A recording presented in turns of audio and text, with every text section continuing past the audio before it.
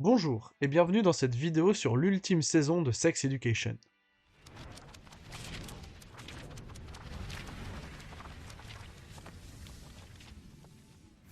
Axe.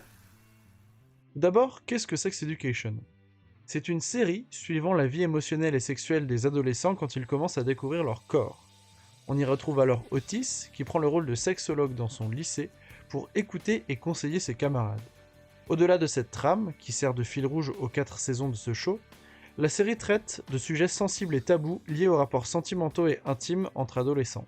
Le show se base donc sur le développement d'arcs narratifs autour de plusieurs personnages. La série est articulée autour de 32 épisodes répartis en 4 saisons et produite par Netflix depuis 2019. S'agissant de la saison 4, qui est l'ultime saison de la série, on y suit plusieurs sujets et plusieurs intrigues principales, notamment 3, la relation compliquée entre Otis et Maeve, qui est parti étudier aux États-Unis et qui va perdre sa maman durant cette saison, l'arrivée de certains des anciens personnages dans un nouveau lycée, et le questionnement de Eric sur ses relations avec Dieu et les autres. Viennent ensuite, en second plan, d'autres sujets abordés par le biais des personnages secondaires, et notamment la fin de leur arc narratif. On retrouve donc Jackson, Viv, Cal, Adam, Ruby et Aimee dans ce qui va être la conclusion de leur histoire personnelle. Cette saison traite une multitude de sujets, comme les précédentes, mais s'adapte énormément à l'actualité et l'évolution de la façon de penser sur les sujets clés de la série. On a donc une saison qui se concentre sur les communautés LGBTQIA+, ainsi que sur les problématiques liées à certains handicaps dans le monde, notamment scolaire. Riche de ces 8 épisodes, dont le dernier dure environ 1h30, la série arrive à aborder ces sujets essentiels tout en apportant à chaque personnage une fin adaptée. Vous en avez l'habitude, nous allons d'abord aborder les points positifs, avant de se concentrer sur les points négatifs, et je finirai par vous donner mon avis perso. Commençons donc par les points positifs. Pour moi, et c'est aussi le cas pour toute la série, l'un des points positifs, c'est les messages transmis d'une façon plutôt ludique qu'est le format d'une série. Ici, on a des messages comme le fait de s'assumer soi-même, donc de ne pas avoir honte d'être différent, de mettre en avant la transidentité par exemple, et c'est fait dans cette série comme jamais en fait, dans une série plutôt tout public qui n'est pas spécialisée sur les communautés LGBTQIA+, ou la transidentité en général. On a d'autres sujets, comme le soutien, le fait de ne pas craindre de demander de l'aide aux autres, de dire qu'on ne va pas bien. On a aussi le pardon ou la quête de vérité. Et pour finir, nous avons un sujet central qui est le deuil et qui est notamment abordé par l'épisode de la mort de la mère de Maeve, qui est, je trouve, très intéressant et émouvant, qui fait écho au thème de l'au revoir que nous-mêmes devrons faire aux personnages à la fin de cette saison. On a aussi de nombreux sujets sous-jacents, moins importants et qui sont là depuis le début de Sex Education et qui traitent à la vie courante des étudiants. Autre point positif, on a le côté actuel et rafraîchissant du show. En effet, dans cette saison, on a des sujets d'actualité comme l'inclusion, ou par exemple, comme j'ai pu le citer avant, une mise en lumière des communautés LGBTQIA+. On a également le sujet de la religion, qui est abordé d'une façon à la fois pédagogique et ludique au cours de la saison, mais aussi d'une façon très drôle avec les visions plutôt burlesques d'Eric. Ensuite, on a la mise en avant des émotions. On a une saison beaucoup plus triste que les autres, avec des éléments beaucoup plus émouvants, ce qui appuie le fait qu'il faut se préparer à dire au revoir aux personnages dans cette ultime intrigue. On a des nouveaux personnages également, avec un très bon développement, je pense notamment à O, Aisha et Johanna, qui aident vachement au développement de nos personnages favoris. Par exemple, Otis sort grandi de sa bataille avec O pour devenir le sexologue officiel, Eric trouve enfin des gens qui lui ressemblent et qui lui permettent de s'assumer lui-même, sans gêne, et enfin Cal est soutenu dans sa transition, et ça j'ai trouvé ça vraiment cool. Ensuite on a le développement final des personnages. Chacun a la fin qu'il mérite et qui lui correspond, par rapport à l'écriture du personnage depuis la saison 1, ou en tout cas leurs premières apparitions. Certes, on peut être frustré, car les réalisateurs ont pris le parti pris de ne pas s'adapter à ce que les spectateurs voulaient, mais bien à l'écriture du personnage depuis le début, ce qui rend honneur à la fois au scénario et au développement des personnages. Ça montre que le scénario et l'écriture sont vraiment maîtrisés par les showrunners. Ensuite, dans deux points positifs qui sont un petit peu détails pour moi, on a tout ce qui rapporte au son.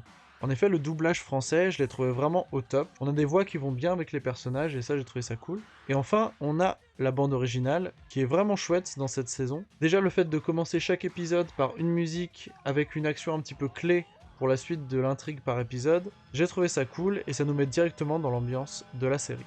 Comme toutes les œuvres, malgré des points positifs, la saison possède aussi des points négatifs.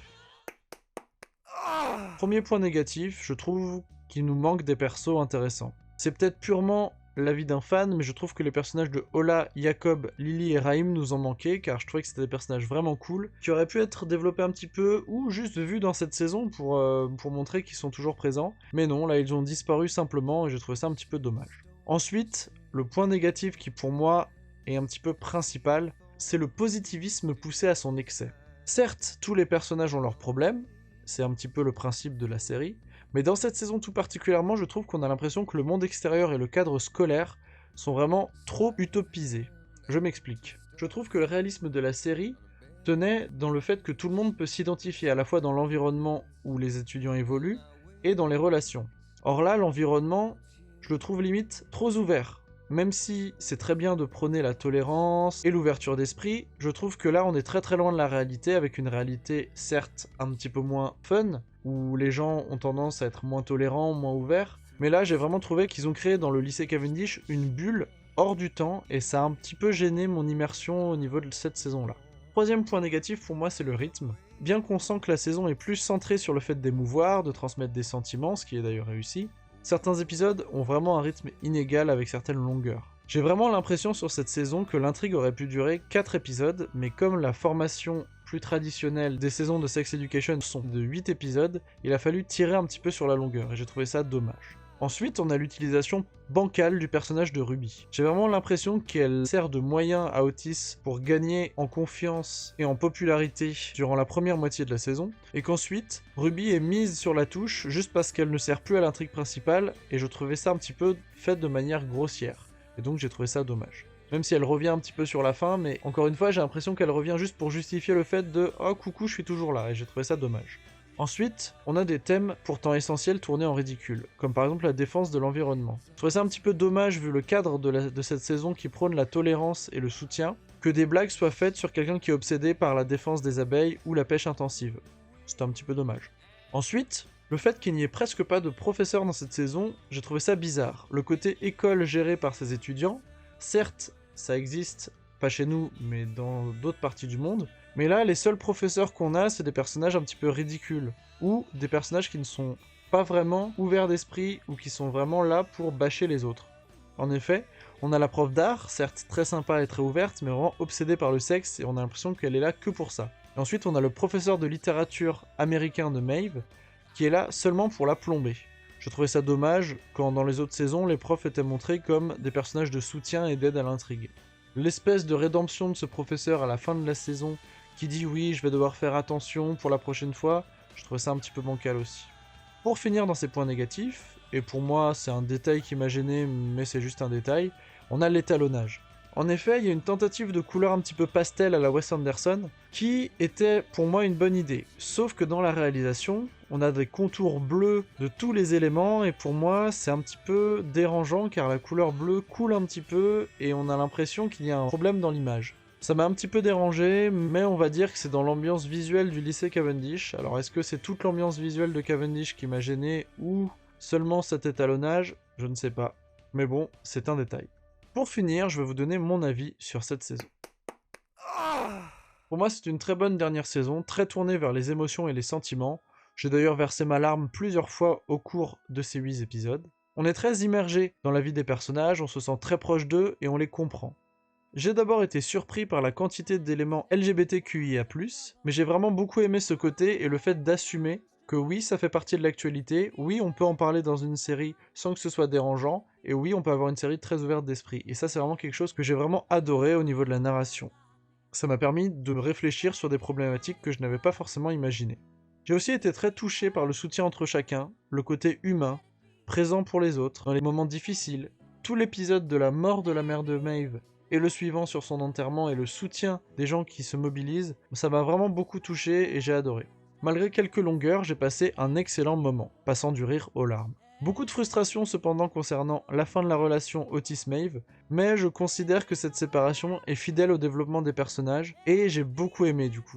Faire d'Eric un pasteur était une idée hilarante et vraiment cool, et ça lance un énorme message d'espoir, et ça ouvre beaucoup de portes à l'acceptation et au progressisme, surtout dans le milieu religieux. J'ai été touché par beaucoup de conclusions des arcs narratives, comme si je voyais mes amis régler leurs problèmes un à un, terminés en paix. Et pour moi, le fait que les gens ressentent ça, c'est que les showrunners ont tout gagné dans le développement de leur personnage. Ils ont même réussi à me faire changer d'avis sur Isaac, que je trouvais détestable et horrible, et que je me suis mis à aimer et à découvrir dans cette dernière saison. On a une intimité qui s'installe entre spectateurs et personnages, et le fait de prendre parti à cette série, à mon sens, est le plus gros point positif de ces 32 épisodes. Je suis triste de dire au revoir à ces personnages, développés depuis maintenant 4 ans, mais c'est tout de même un bel au revoir. Pour cette ultime saison, son écriture et son développement, je donnerai la note de 8 sur 10, qui est pour moi une note plus que correcte pour terminer cette série. Alors s'agissant d'un futur, comme j'ai pu le répéter et vous avez pu le comprendre tout au long de cette vidéo, cette saison a été annoncée comme la dernière. Donc il n'y a pour l'instant rien de prévu autour de l'univers de Sex Education. Pour le moment en tout cas. Mais cette série ayant marqué le catalogue de Netflix, des spin-offs pourraient peut-être voir le jour, je ne sais pas, sur des personnages soit ayant disparu, soit des personnages secondaires. Mais Netflix n'a rien communiqué à ce sujet. Nous verrons donc dans les prochaines années. Et voilà, c'est déjà la fin de cette vidéo sur la série Sex Education et plus particulièrement sa dernière saison. J'espère qu'elle vous aura plu. Si c'est le cas, n'hésitez pas à liker la vidéo, à partager ma chaîne et à vous abonner. Et surtout, à me donner votre avis sur la série ou sur cette saison en commentaire. C'était Greg pour Popcorn Studios. Coupez!